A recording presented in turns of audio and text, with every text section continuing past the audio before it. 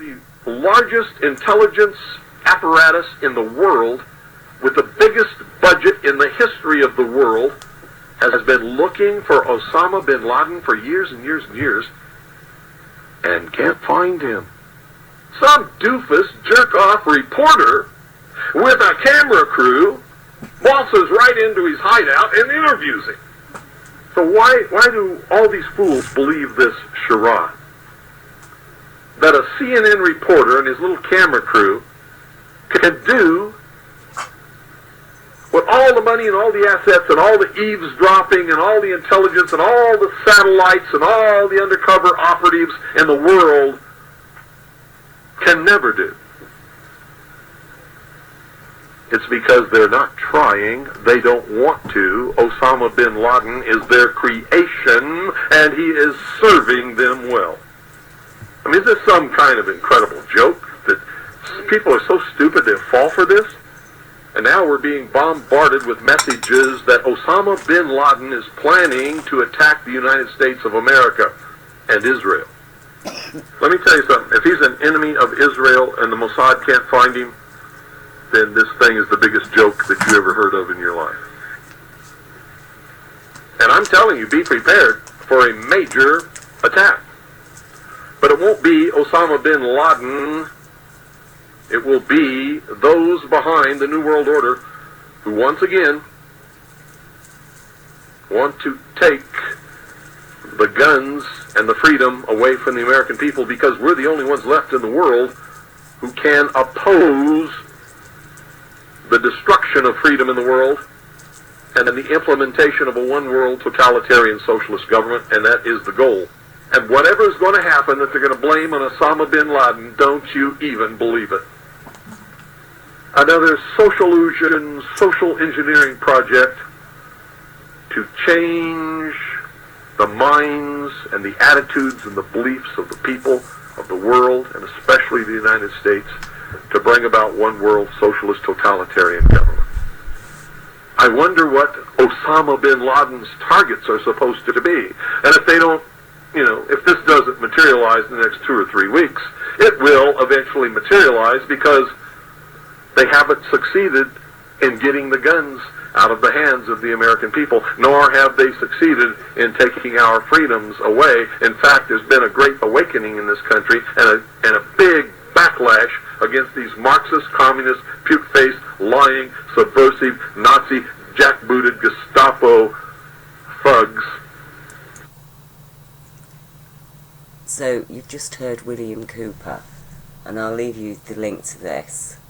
And when you're listening to this, you need to remember that William Cooper recorded this pre-9/11, pre all that's happened recently, and he was murdered by the authorities.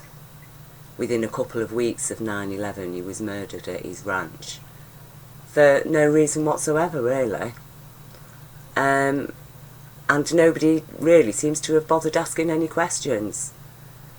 So, now I'm going to bring you to this piece of evidence.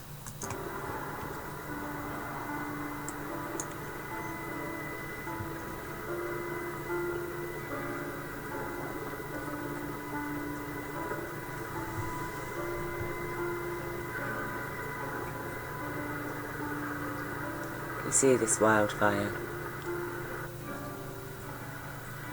This is the remnants of it. So I'll just stop it here. Now, because America failed to listen to William Cooper, who at the time that he made his broadcast, here in Britain, had never heard of him.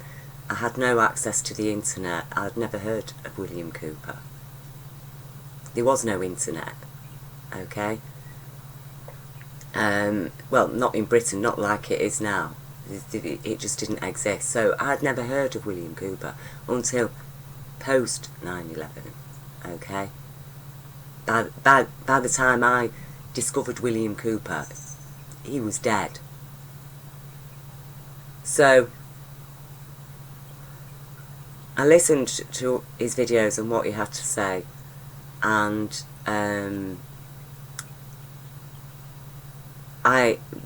because of the things that have happened since 9/11, and also because of my own education and my own personal experience, I'm able to explain a few things, or rather add further light, cast further light, because William Cooper was definitely in the right direction when he's talking about a socialist New World Order. But it is socialist for itself, but actually what we're dealing with here is corporate communism. And, I would love to have met William Cooper if he was alive today, because of what I understand, what he understands. I just would have loved to have a conversation with him, because I just know in my bones that he would have agreed with me, that he would have been as much enlightened with what I had to share with him as much as he enlightened me, when I first discovered him.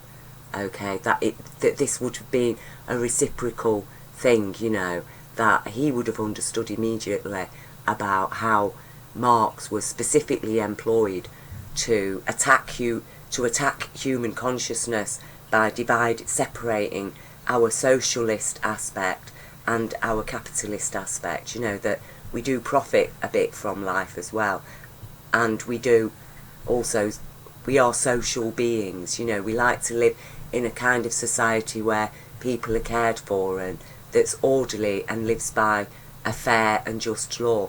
Because, and I know for a fact William Cooper believed in that. That's why he upheld the Constitution, and that's why he valued America's right to bear arms, so that America could not be governed by tyrants, because the people have a right to bear arms specifically to stop that from happening, specifically to remove tyrants from power.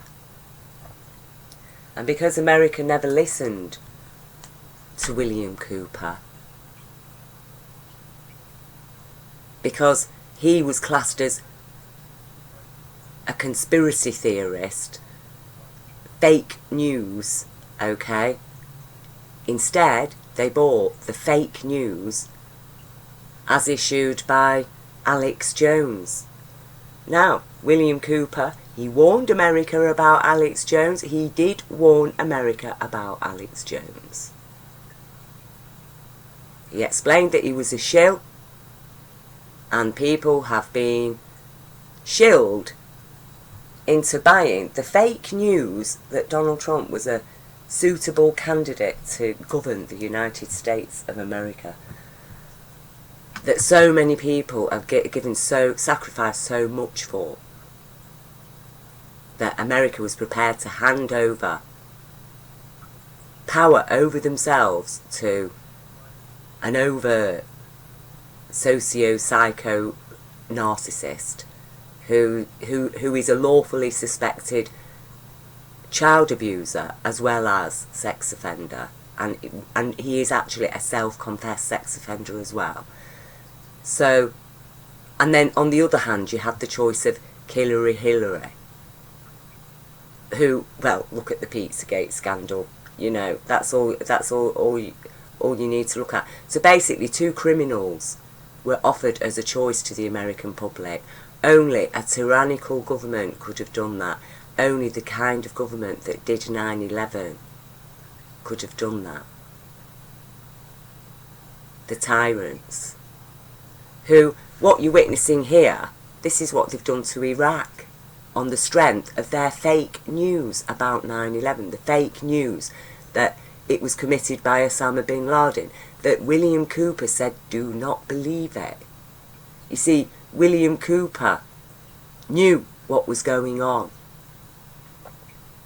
I understand about what he means about socialism, but I understand it isn't true socialism that he's talking about there. The same as corporate capitalism isn't true capitalism, because socialism and capitalism belong together.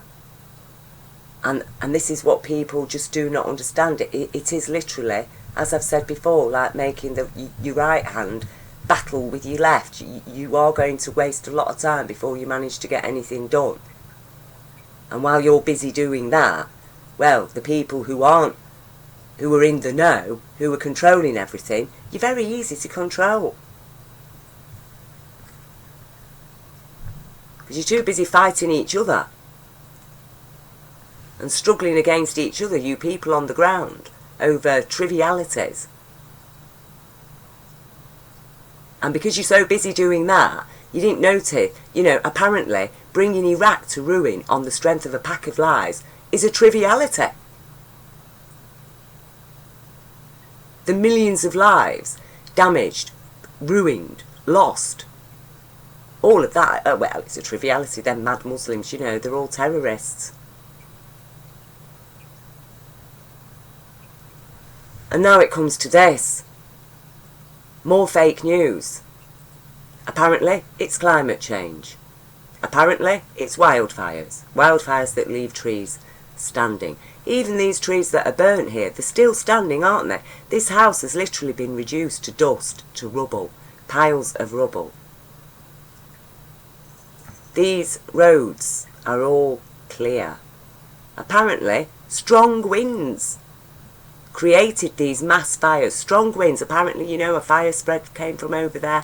Very strong winds, gusting through, burn all the houses, down to the foundations. Well, where's the rubble in the roads? What kind of strong winds do not spread rubble into the roads? How come this green area here is still green and actually not a trace of anything on it? Why haven't the strong winds blown all this stuff? The whole place should be covered in ash. But no, you can see it's localised to each single spot.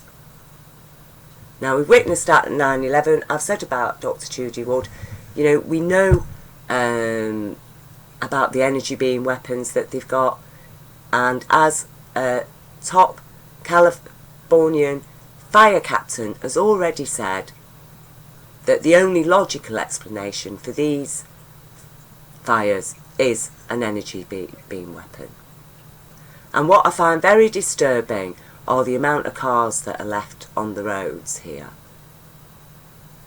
And some of them look like, was that a family trying to escape? Because I feel, I've got a horrible feeling in my gut when I look at this, and I feel like I'm looking at a cemetery. Because I've scoured the internet looking for some news reports showing, like they usually do after a disaster like this, showing all the people, the evacuees, who all get taken somewhere, to a hall somewhere, and they're all there, and they're interviewing and there's like video footage, isn't there, from their cell phones that they took as they were leaving the scene. I've seen a couple of YouTube videos of cell phone footage. I have not seen any footage of large groups of hundreds of people, because where did the people flee to then? They've all had to leave here, in the middle of the night, these fires start. In the middle of the night. That's when these homes get attacked. And so they all flee. Where to? Where did they go? Where did they go? Look at all the cars here. Out. Okay, burnt out cars. Where did all the people go? Who is asking questions about this? In the media. Like I say, why? Because, when you look at Fukushima, that was evacuated suddenly, and everybody just had to grab what they can. And the first thing the BBC did was go round to the places, the big halls and everything, where all the evacuees were having to be, housed. So why haven't I seen any footage of that? I haven't seen any footage of that. Perhaps it is out there and I just haven't seen it. But I haven't seen any evidence of the people, of hundreds of people. I've seen the odd person picking around a site of their house, maybe somebody that had managed to escape. Okay, but where are all the hundreds of people? Where did they go to? Where are all the children? Don't forget the schools were burnt down as well. So it isn't like anybody's going to be noticing, oh, these children haven't turned up for school.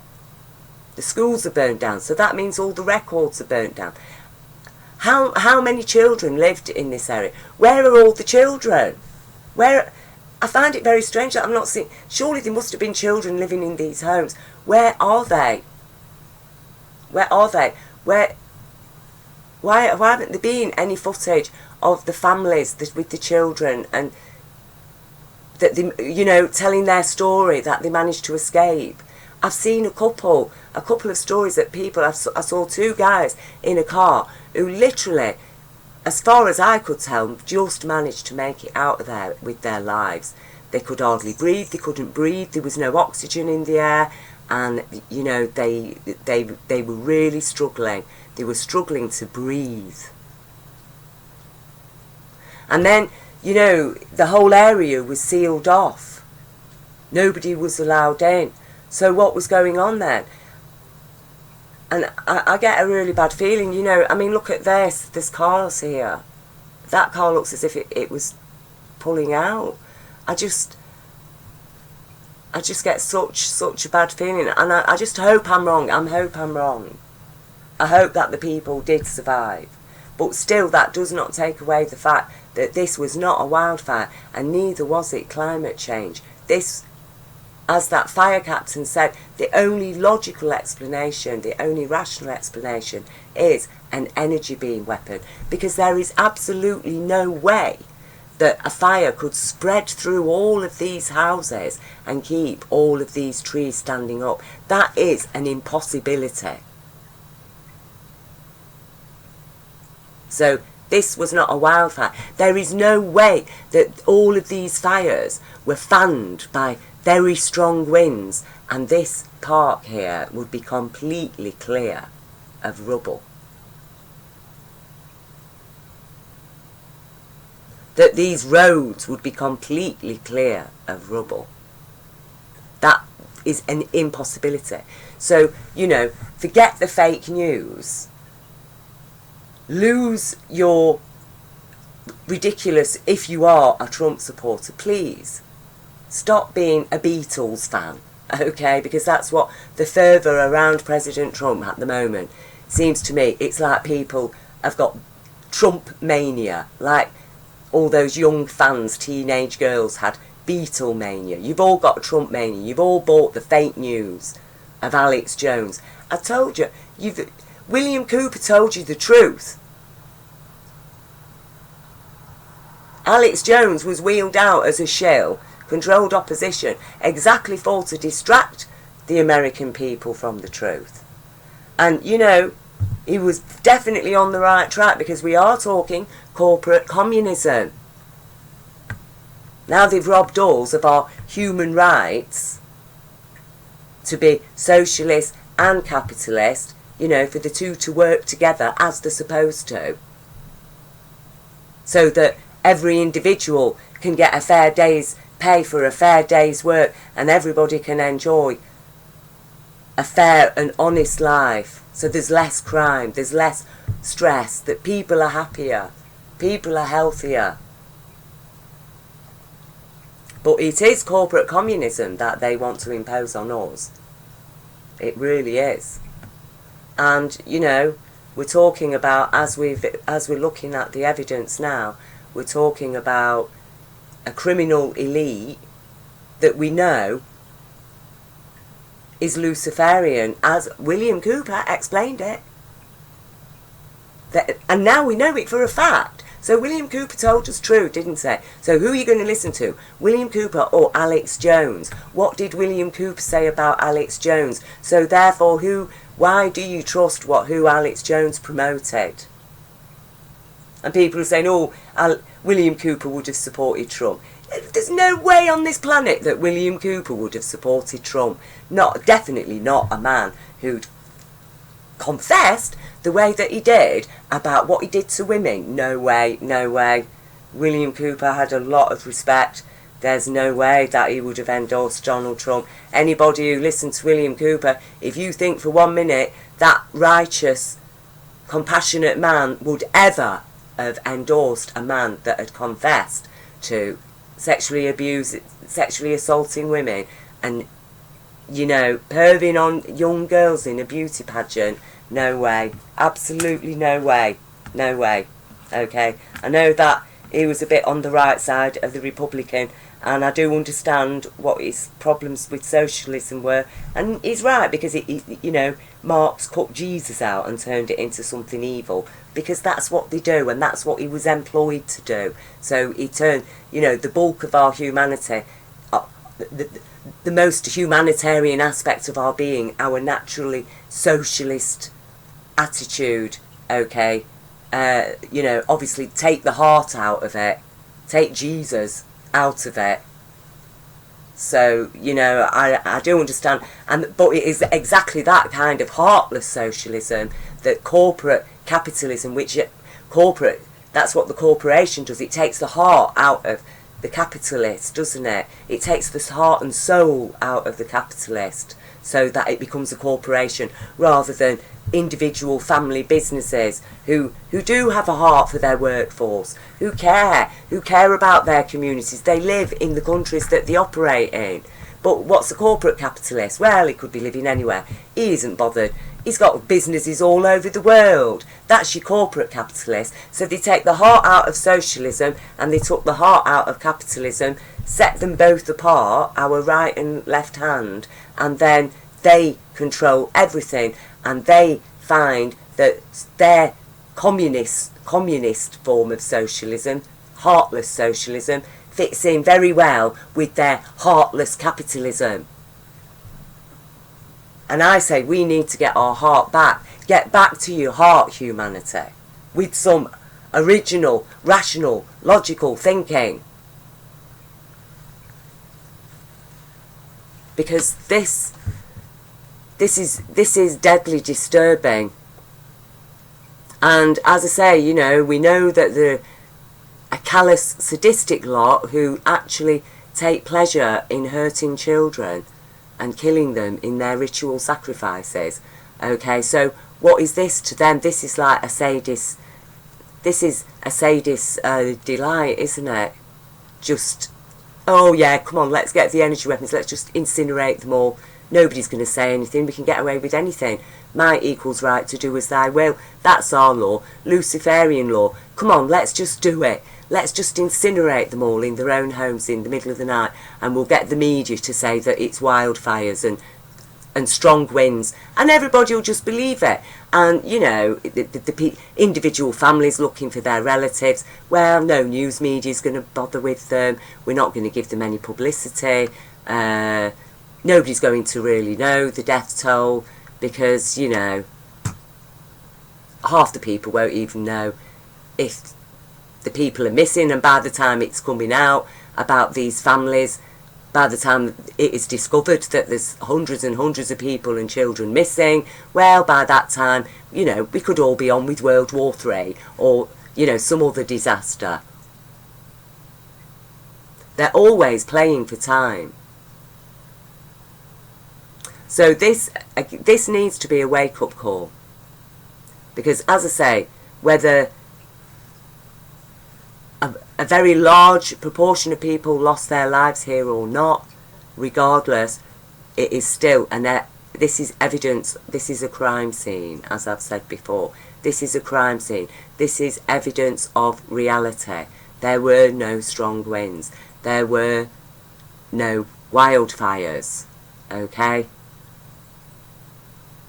And it is exactly because America ignored the facts of 9/11, ignored William Cooper, that they now have the power to do this. And the Constitution is where, since 9/11, what has happened to the Constitution? Exactly as William Cooper warned. He said, don't you believe it? They want to disarm you. They want to deny your rights to live according to the Constitution. They want to shred the Constitution. Well, what has happened? The first thing they did was deny you rights, America. The first thing they did was start shredding your Constitution.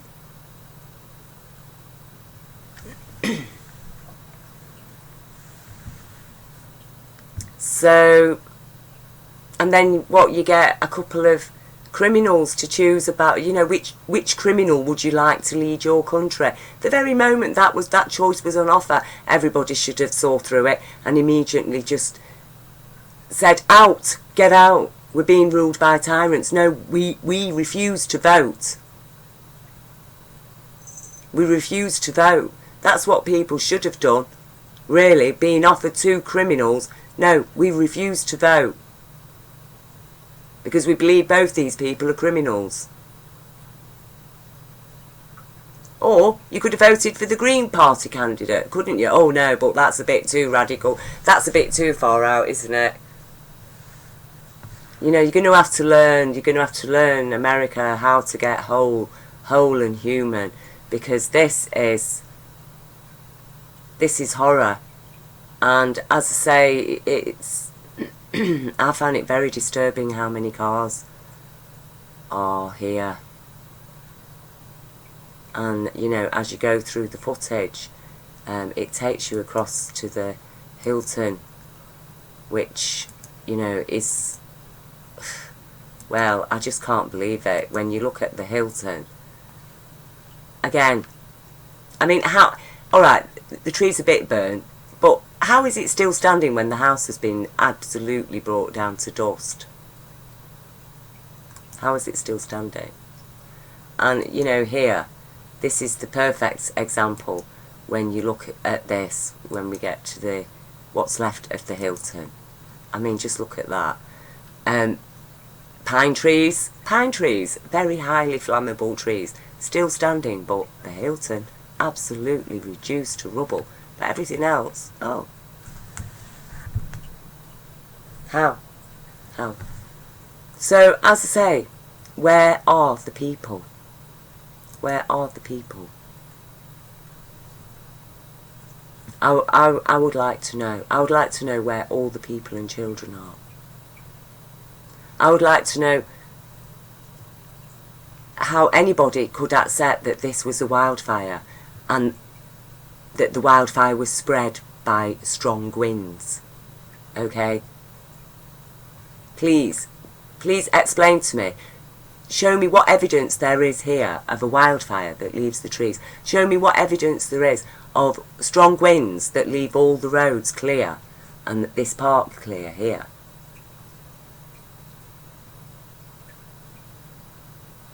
Show me the evidence that climate change will cause buildings to spontaneously combust and literally be reduced to dust, each in their own footprint.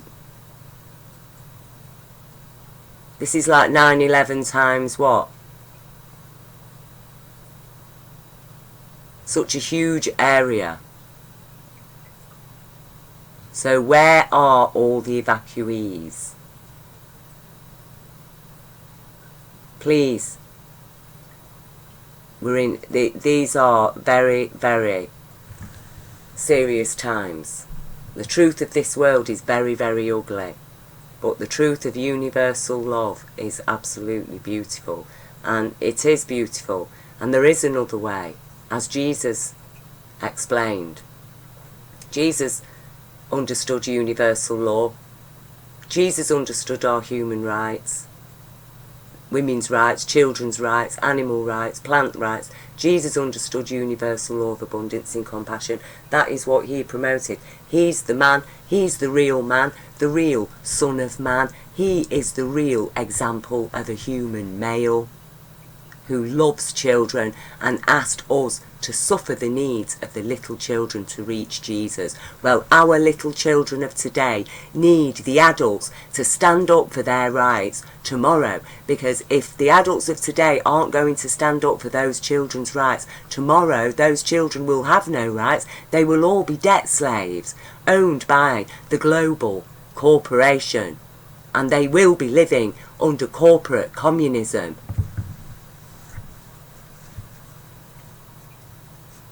Which is exactly the kind of socialism that William Cooper was talking about. Socialism without a heart, exactly the same as capitalism without a heart. Corporate communism. all repaying this unrepayable criminal debt, you know, that's been created by criminals. So, as I say, it's your choice, America. You can just swallow this, like, as you, oh yeah, it's climate change, yeah, it's wildfire, yeah, they're like really strong winds, 40, 50 miles an hour winds, yeah, all the people were evacuated, you know, all the people, families and children, every single one of them all got out safely, you know, there was a few deaths, there's been about, what, 80 deaths or something, oh, isn't it sad, but, you know, the majority bulk of the people got out, really. It's time to start asking some serious questions, because when you're dealing with the kind of sadists that are governing this world today, that we know they are, and again, William Cooper did explain that to us. When we know that they're governing the world, they are perfectly capable of doing this everywhere. Okay? So, it's up to you, humanity. I've shared the light. I've shared the light of my experience of, you know, I did witness an event of universal golden light being. I did receive the message of universal love, abundance and compassion through an energy of bliss. That did happen to me. I have shared it, and it is up to you. You don't want to believe me. You want to just put all your faith in this crap, disgusting, despicable, lawless, abominable world that Jesus hates. Or are you going to stand up for your human rights and start living like a human and suffer the needs of the little children and take courage and rise up and kick the tyrants out of power?